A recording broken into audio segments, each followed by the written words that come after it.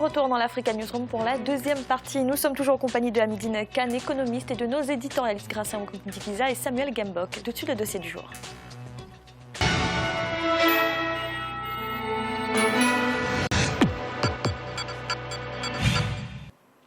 Le 10 janvier 1994 était créé à Dakar, au Sénégal, l'UEMOA, l'Union économique et monétaire ouest-africaine. 22 ans après, l'organisation se porte bien avec une croissance économique de 7% en 2015.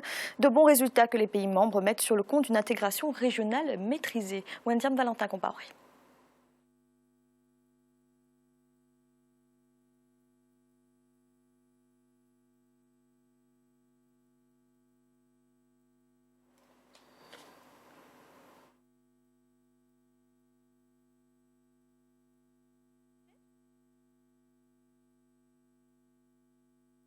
Les biens, les services et les capitaux. Près d'un quart de siècle d'existence, on peut noter à l'actif de l'UEMOA que l'union douanière est acquise avec la libéralisation des échanges intracommunautaires et l'institution d'un tarif extérieur commun. En 2004, la conférence des chefs d'État de l'UEMOA décide de donner une autre orientation de l'Union. Au-delà de l'union monétaire, il faut aller vers l'intégration des peuples. Ainsi, des politiques sectorielles sont développées telles l'énergie, l'agriculture, les infrastructures, entre autres. L'intégration dans l'espace UEMOA est-elle réelle? Quels sont les défis de l'Union? Le 5 janvier 2016, les chefs d'État et de gouvernement de l'UEMOA se sont réunis à Dakar au Sénégal pour un sommet extraordinaire. Une occasion pour les pays membres de revenir sur le bilan des 22 ans d'existence de l'Union, un bilan jugé positif dans l'ensemble.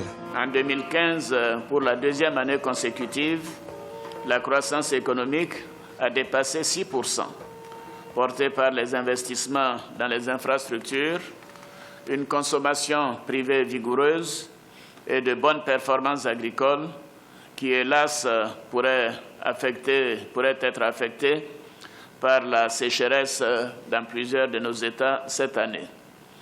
L'inflation est restée modérée aux alentours de 1% en 2015 grâce à l'ancrage du taux de change et à l'évolution positive des termes de l'échange. Ces résultats positifs, nous les devons aussi au travail remarquable réalisé par les institutions et les organes de l'UEMOA. Lorsque les chefs d'État et de gouvernement se réunissaient à Dakar en janvier 1994 pour la création de l'Union monétaire ouest-africaine, l'un des objectifs était la libre circulation des personnes et des biens. 22 ans après, la Commission de l'Union estime que cette intégration des peuples est une réalité. Aujourd'hui, tous les jeunes, d'où qu'ils viennent, dans cette union de 8 pays, peuvent aller où ils veulent, sans entrave aucune, avec leur simple carte d'identité. C'est un aspect important. Peut-être c'est devenu si normal pour nous que nous pensons que c'était normal et que ça existe, etc. Mais aujourd'hui, je dis toujours aux jeunes, qu'ils soient du Burkina, qu'ils soient du Sénégal, qu'ils soient de la Côte d'Ivoire, qu'ils soient du Niger, du Bénin, du Togo, du Mali, de la Guinée-Bissau, partout. Je leur demande toujours, je leur dis toujours, vous pouvez vous installer où vous voulez, sans aucune entrave. Si les politiques sont conçues, des mesures prises pour une libre circulation dans l'espace, il reste que certaines autorités sont réfractaires. Ainsi, l'UEMOA a entrepris de mettre en place dans chaque pays membre une structure de veille à l'image des représentations résidentes pour une bonne application des règles par les États membres. Il était nécessaire, maintenant que les politiques sectorielles communes sont en place, il était nécessaire de venir maintenant suivre tout ce qui était fait. Ça veut dire que nous sommes venus, nous avons pu sensibiliser les administrations et les populations à ces réformes. Aujourd'hui, nous voyons que le taux de transposition des directives a augmenté.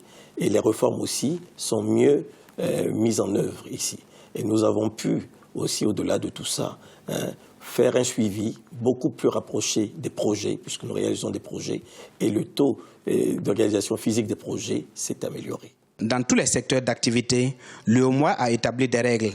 À titre d'exemple, le règlement qui harmonise la profession d'avocat, entré en vigueur en janvier 2015, une mesure qui vient renforcer celle de 2006, portant libre circulation et établissement des avocats dans l'espace.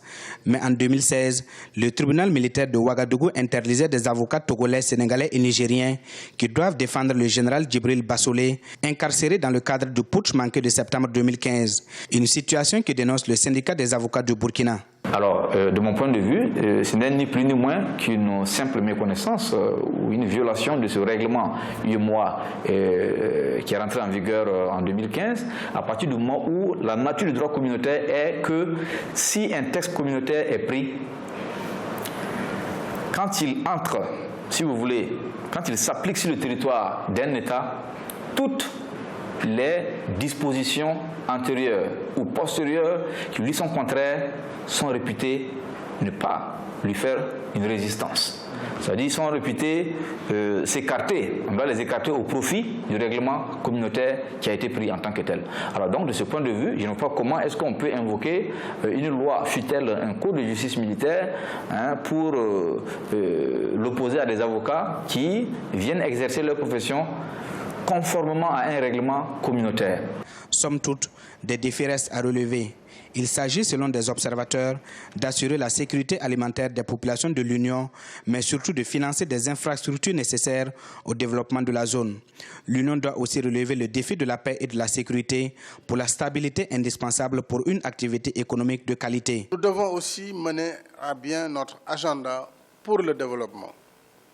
22 ans après le lancement de notre union ici même à Dakar, l'intégration régionale s'impose plus que jamais comme la seule voie possible pour nos pays afin de surmonter leur handicap, s'adapter aux défis de la mondialisation et améliorer les conditions de vie de leur population. En 22 ans d'existence, la mission de l'UEMOA a été la surveillance multilatérale des politiques macroéconomiques, la construction d'un marché commun, l'harmonisation des législations notamment en matière économique, la mise en œuvre des politiques et programmes sectoriels communs corrélativement au déploiement progressif d'une architecture institutionnelle fonctionnelle. Mais depuis quelques années, le franc CFA, la monnaie de l'Union, est contestée.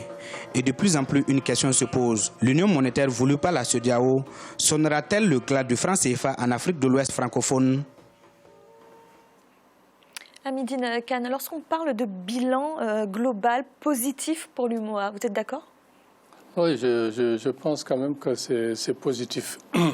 22 ans pour un État, c'est peu de choses, mais pour une organisation régionale ou sous-régionale, quand même c'est une étape d'inspection, de rétrospective, et puis pour voir où est-ce qu'on est arrivé, où est-ce qu'on va, et pour combien de temps. Alors d'après vous, quelles sont les grandes réalisations? Les grandes réalisations sont là. Par exemple, on a vu qu'il y a eu la Cour de justice, il y a eu la Cour des comptes, il y a eu le Conseil interparlementaire, et puis il y a eu la BRVM, ça veut dire pour les valeurs mobilières, justement, qui est dans tout l'UEMOA. Et à part ça aussi, il faudra dire que la pauvreté commence à reculer. La pauvreté commence à reculer dans ces États parce qu'il y avait beaucoup de poches de pauvreté dans ces États. De 62, la création de l'union monétaire seulement, l'union monétaire jusqu'en 1994. Et cette diminution, selon vous, elle est due à l'intégration économique? L'intégration, absolument, parce qu'il y a l'hydraulique villageoise qui est omniprésente maintenant dans ces États. Et puis le secteur agricole est pris en considération. Avant, on délaissait pour des secteurs, par exemple, comme l'extraction minière et autres, alors que tout développement économique doit se baser avant tout sur l'agriculture. C'est maintenant que les Africains commencent à prendre en compte que l'agriculture, c'est un pan très important pour le développement du continent.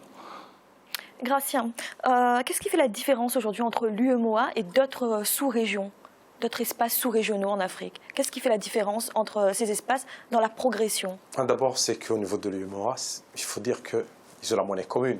Ça, on peut dire que c'est comme une autre région, une autre zone, mais il y a la monnaie commune, il y a une certaine harmonisation des règles et ils ont défini par exemple le tarif douanier au niveau extérieur. Donc on ne peut pas se faire concurrence à l'intérieur sur les produits qu'on vient d'acheter à l'extérieur. Et en même temps, ça se trouve dans une zone où il y a des chefs d'État qui sont très dynamiques. On voit par exemple ce qui se passe en Côte d'Ivoire avec beaucoup d'infrastructures, beaucoup de développement, beaucoup d'augmentation de la croissance. Le Sénégal sont des pays aussi qui sont stables et en même temps qui ont l'envie vraiment de faire progresser, surtout la jeunesse au niveau de la formation, au niveau des compétences aussi des chefs d'État, parce qu'il faut dire qu'il y a d'autres zones. On a beau avoir la bonne volonté, il peut manquer les compétences des chefs d'État. Donc, c'est ça vraiment qui fait la différence, cette envie d'évoluer. Et aussi, la proximité. Il y a la proximité du Nigeria, où ils peuvent éventuellement avoir quelques échanges. C'est la première économie africaine, donc ils en profitent aussi. Samuel, on dit souvent que l'Afrique centrale est en retard en termes d'intégration économique sur l'Afrique de l'Ouest. Alors, quelle est la différence entre l'UEMOA et la CEMAC, par exemple? Quelles sont les grandes différences?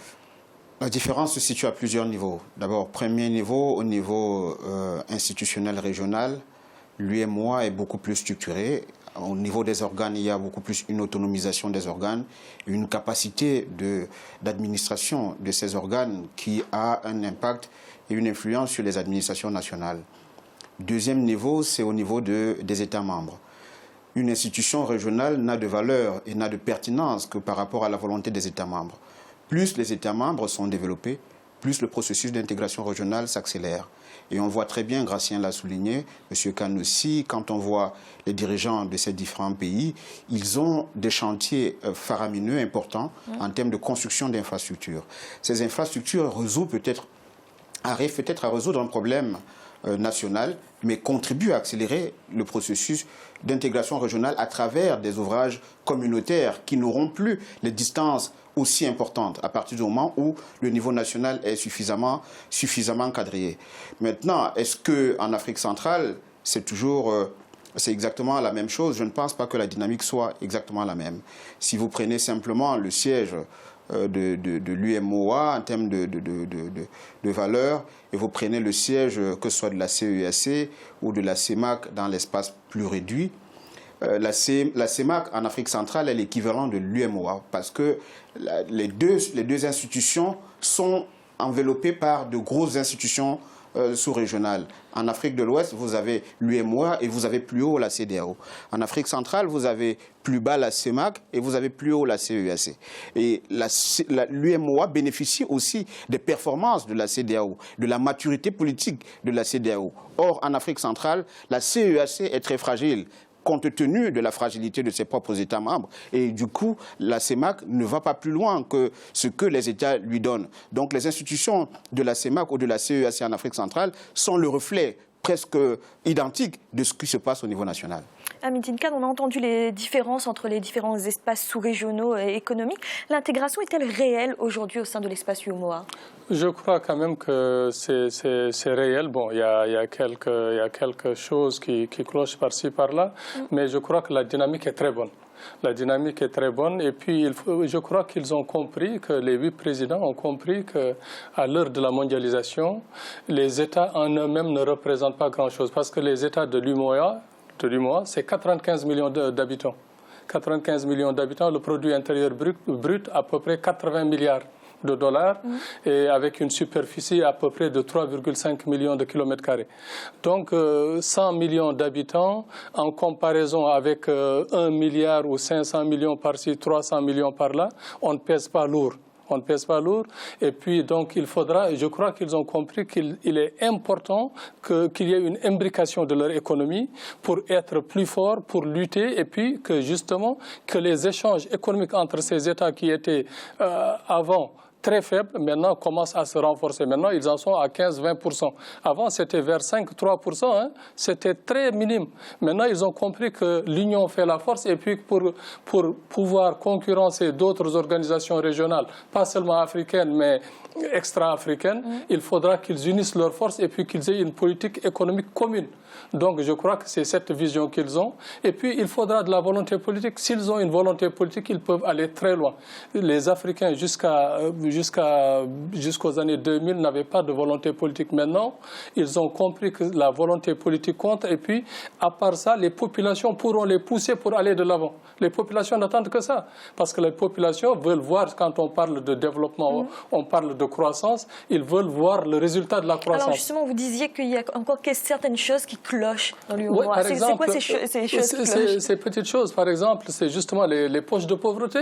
Parce que les populations ne mangent pas à leur faim. On leur dit qu'il y a une croissance de 7% l'année dernière ou bien de 6,6%. Mais quand vous allez, par exemple, au Togo, quand vous allez au Bénin ou bien dans certains quartiers, par exemple à Abidjan ou bien à Dakar, vous voyez qu'il y a une misère totale. Et puis ça, c'est incompréhensible alors qu'on est en train de parler de croissance de 7%. Les populations ont besoin de voir qu'il y a réellement un impact sur leur vie quotidienne. Et puis, ce n'est pas toujours le cas. Et de toute façon, il faudra aussi penser justement à la sécurité alimentaire, justement, les poches de pauvreté, les réduire. Et puis à la santé aussi, la santé animale et humaine. Parce que ça aussi, c'est un manque dans les pays africains. Parce que beaucoup de populations n'arrivent pas à aller dans les hôpitaux, à aller dans les dispensaires, à se faire soigner. Donc, pour de petites maladies, il y a des populations qui sont décimées. Et ça, c'est pas normal. Alors, Hamidine Kane, souvent, quand il y a des réticences, c'est au niveau des États, des pays. Alors, comment l'UEMOA peut influer sur ces gouvernements? Mais je crois qu'il y a des règlements, il y a des règles, et puis il y a des règlements. Il y a la Cour des comptes, j'ai dit la Cour de justice. Je crois qu'ils sont en mesure de dicter des lois. Et puis les lois, comme l'avait dit tantôt une des personnes interviewées, les lois de l'UEMOA priment sur les lois étatiques. Ça veut dire quand il y a une loi qui est édictée au niveau de l'UEMOA, elle prend beaucoup plus de poids, beaucoup plus d'ampleur que les lois, par exemple, qui sont édictées par l'Assemblée nationale ivoirienne ou sénégalaise. Parfois, quand même, il y a certaines réticences au point de vue des députés ou des sénateurs qui disent que non, on ne va pas appliquer cette loi, mais en fait, les lois devraient être appliquées. Parce que si on ne les applique pas, ça veut dire que l'organisation va être boiteuse. Merci. Et tout de suite, un rappel des titres qui ont été développés en début de cette émission. La solidarité africaine continue de s'exercer en matière de lutte contre le terrorisme. Le Burkina Faso a ainsi décidé d'envoyer des gendarmes au Mali, un escadron de 140 éléments qui est attendu à Gao. Leur mission, sécuriser la frontière afin d'éviter le passage des groupes terroristes. Et au Burundi, le parti au pouvoir, le CNDD-FDD, a organisé son congrès extraordinaire. Et pour la première fois, la formation n'a pas désigné ses nouveaux dirigeants. La suppression du poste de président du parti a même été actée. Le CNDD-FDD a également confirmé son refus de négocier avec l'opposition. Nous allons marquer une nouvelle pause. En instant, la troisième partie de l'Africa Newsroom.